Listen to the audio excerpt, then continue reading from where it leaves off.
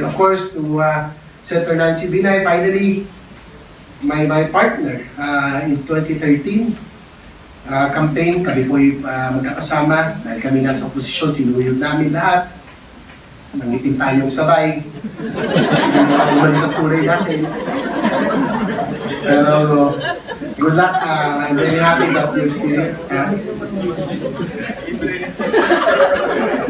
And I'm very happy that, alam mo, gusto ko lang sabihin sa inyo, no? If it were not Senator Nancy was on 12th place talaga, I'll be more aggressive. Kaya siya ay tumahimik talaga ako. Kaya wag mo na paniwalaan yung tumawag sa iyo na ako ni Papa-operate.